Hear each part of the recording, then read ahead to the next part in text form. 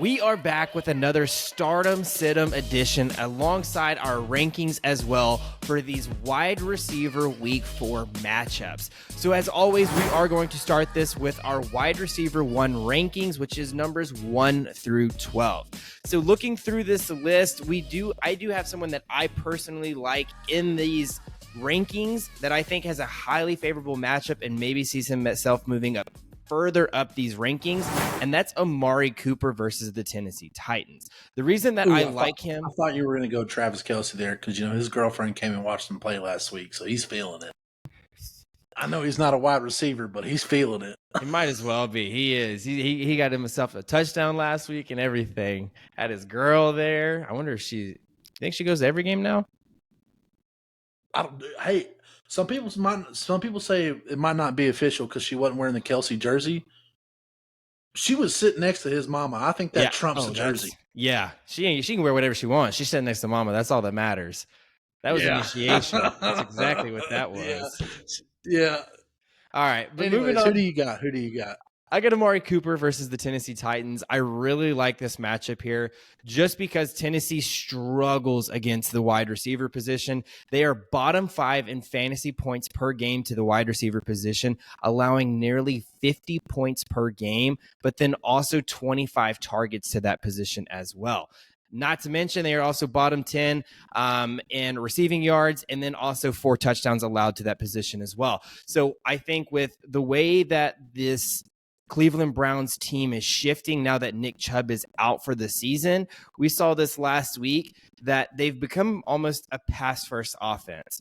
Their leading rusher was Jerome Ford. He only had 10 total attempts on the ground. So because of that, I think that they're starting to rely a little bit more on Deshaun Watson and the wide receivers. And if that's the case, Amari Cooper is going to be the main beneficiary out of all of this. So even looking at his last 2 weeks, he's now gone 2 straight weeks of having 90-plus receiving yards and at least 1 touchdown. So I think coming into this matchup with as bad as Tennessee is at defending against the pass, who's to say Amari Cooper's not going to do it again? So really, really, really love this matchup here. And I think he has the potential to find himself in the top 5. So again, go ahead, find yourself starting Amari Cooper this week and feel really good about it. But let's go ahead and let's move on to our wide receiver 2 rankings. Again, this is 13 through 24 here. And looking through these matchups, Kenneth, I am curious, which one are you liking a lot? As my Amari Cooper moving up, which player do you see possibly moving up this list? So for this next week, I got Michael Pittman Jr. going up. He's been getting 12, 13 targets a game and pulling in at least 8, 9, maybe 10 of those. So, just right there, you're getting 10 points on top of 40, 50 yards, if not more. So, you're not a touchdown-dependent guy. If he gets you a touchdown, you're getting 20 plus right there. So with that, the Rams, they're not the best defense, but they're not the worst. They're mid-tier, but with the Colts offense, they pass the ball around. But Michael Pittman, he's getting his fair share of the passing, and he's making the most out of it. Looking for Anthony Richardson too, probably to come back too. Well, see, that's my thing. If Anthony Richardson comes back, he might drop down just a little bit, but I'm still looking for him to come back only because Anthony Richardson, he is going to have that running game with him. So, but with whoever's starting back there in the backfield, I like Michael Pittman in this situation. Yeah, he's proven that it doesn't really matter who's back there because his targets haven't really fared too much from them. His last 3 games, the first 3 games of the season, went 11 targets, 12 targets, 11 targets. So whether it's Anthony Richardson or Gardner Minshew, it doesn't quite matter. I think that more than anything, Steichen is saying Pittman is the guy. We need to get him involved, and they've been doing that quite a bit. So I really like Michael Pittman here, and I expect him to have that same amount of volume. I know the Rams has a pretty good defense through the first part of this season, but it's Michael Pittman. If they're going to allow receptions and receiving yards, it's most likely going to be to him. So I really like this matchup here. I was going to say, hats off to Gardner Minshew going on the road to M&T Bank Stadium and pulling out a win there in Ravens country. Mm-hmm. Yeah, in the rain too. So hell of a win for them. So that was really good. But Nathan, also kicking it to you, who is your stardom for these week 4 matchups at the wide receiver position? So I'm actually I'm kind of going to go against my word. Before the season started, we rated very, very high on Jerry Jeudy. And the fact that Russell Wilson really liked to get him the football, Sean Payton wanted to get him involved all the time. And we basically said that, stay away from Courtland Sutton. Well, I'm going to go back against my word here. And because we've all been shocked, but it seems to me that Courtland Sutton seems to be the guy for Russell Wilson there in Denver. So I know it's not what everybody thought and planned that it would be. Everyone thought it'd be Jerry Jeudy, which, I mean, he had a decent game this past week, but it's easy to tell who, when Russell Wilson gets in trouble, he looks for Courtland Sutton, and he's had a great past 2 weeks, and if I remember correctly, he had a pretty decent week 1 as well. So I'm starting Courtland Sutton just because to me, what I've seen out of the Denver Broncos and Russell Wilson, it really seems like Russell Wilson really likes throwing him the ball, especially a lot in the red zone. He's a big-bodied guy, big frame, and he kind of looks for him all over the field. Honestly, like most of the time, that's the first person he's really looking at if you watch replays and stuff. But I look for a lot of targets because they give up 70 points. All they're gonna do is throw the ball. Yeah, they do give up 70 points. So if you're playing, that far behind, you got to throw the football a lot. So, but yeah, no, they're going in. They're playing Chicago, and we have seen Chicago struggle this year in all phases of the game. So I really believe Courtland Sutton will have a big week against Chicago. The Broncos will bounce back, get a dominant win over the Bears after they just got dominated by the freaking Dolphins. So, I really look forward to seeing what Courtland Sutton does versus Chicago, and the fact that I feel like that's Russell Wilson's guy throughout this year. Yeah, and I'm not really sure because like you were saying, we'll have to eat our words. I'm curious to see how the rest of the season plays out.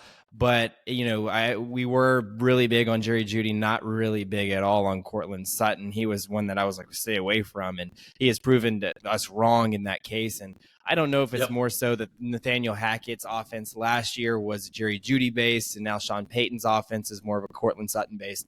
I don't know. I don't know if it's really Russell Wilson based at all. I think it's maybe more so back, of Sean Payton really used Mike Thomas a lot. Yeah. I mean, Mike Thomas he was a big body guy. Courtland Sutton's a big body guy. Like you said, I want to see how the rest of the year plays out. But as of right now, Courtland Sutton is the hot hand there in Denver, and Sean Payton and Russell Wilson are feeding him. I agree. I think he's definitely a safe option to play here. And if you ask me to pick one Denver wide receiver, I'm going to have to pick Courtland Sutton at the moment. So really like that play there. So again, anyways, these are our wide receiver rankings 1 through 24 here. So let's go ahead because there are some people who didn't quite make this list, which brings us on to our sit-ems for these week 4 matchups. And my sit-em for this week is Christian Kirk versus the Atlanta Falcons. Now, I just really do not like his matchup versus the Atlanta Falcons this year. And it's really because Atlanta's defense versus the pass is really good. So if we look, they are currently top 10 in receiving yards allowed per game at 113. Also, fantasy points per game at 27 fantasy points per game to the wide receiver position, but then also targets at 17 per game. So Atlanta is really, really good at defending wide receivers. So it's mainly because of AJ Terrell. Now, also where I don't like Christian Kirk in this matchup is he's wide receiver 2 on the Jacksonville Jaguars. And if we even look at our rankings that we just posted for the wide receiver 1s and 2s, I am really high on Calvin Ridley this year, and I usually throw him into the wide receiver 1 rankings. But this week, just because he's facing Atlanta, I did slip him down. In my opinion, I think he's more of a wide receiver 2 this week. I think his usage is going to go down.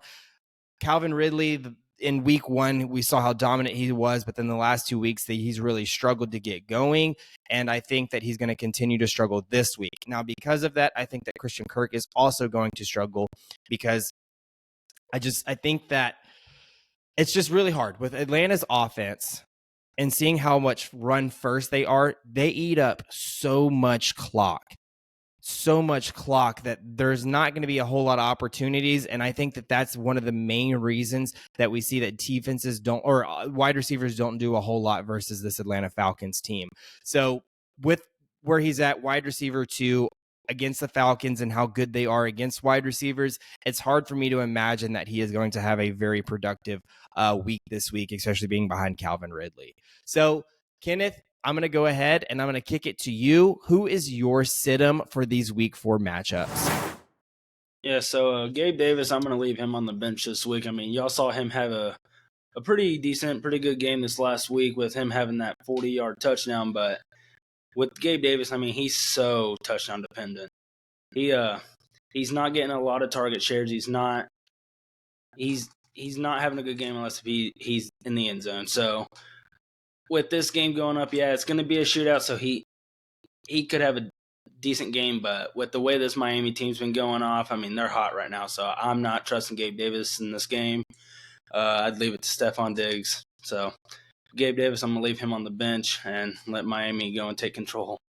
Yeah, and even that Miami defense is, I mean, they're stout. I think most weeks they allow a good amount of points, but it's just because their offense is so dominant and so good that they can allow to give up a couple touchdowns here or there. But looking at the cornerbacks that they have in Xavier Howard and then also Jalen Ramsey, it's hard to imagine that wide receiver 2 and Gabe Davis is going to get anything started for them. So I think he is very touchdown dependent, and I don't see him really finding the end zone this week.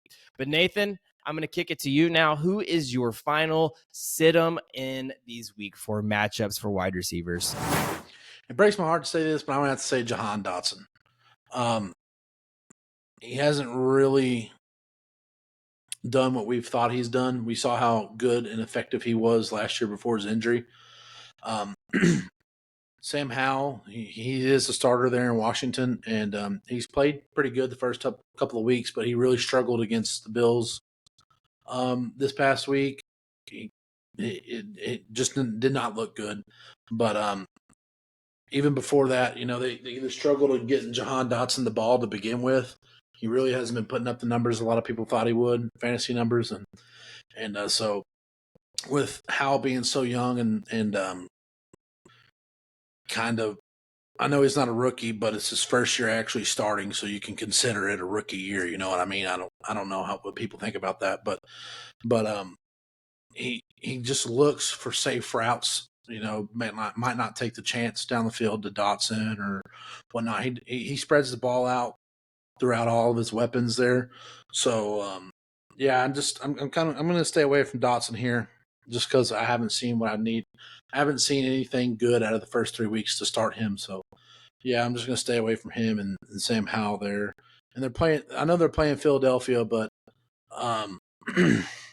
it's a divisional game, rivalry game. So, Philly secondary could come out and play great, but the chances of that might be a little slim there, Kenneth.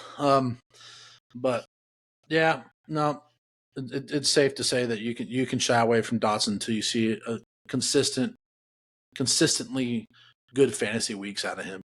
That Eagles D-line will fluster Howell. So most likely. And I do agree with you. I think he's got to do a little bit more of earning his keep now just because he's lost so much trust to fantasy owners. So having him sit, I think is fair enough. It seems like it's going to be a boom or bust type style week for him week to week. So I don't trust putting him in my starting lineup as a flex unless you have just are in such dire need. If you're one of the teams that have had all these injuries come to you, then sure, I see it, but just know it is a boom or a bust for us. I don't love the matchup there versus Philadelphia, even though Philadelphia is just been so bad against defending the pass. But Jahan Dotson and Sam Howell, it's hard to see that matchup kind of amounting to anything of value in consistent weeks. So anyways, this is our episode on the stardom situm wide receivers as alongside our 1 through 24 rankings. So as always, I hope that you've found some sort of value out of this, and best of luck to you in your week 4 matchups, and we will see y'all next time. Pleasure riding the pine, boys. And oh, by the way, hook 'em, baby.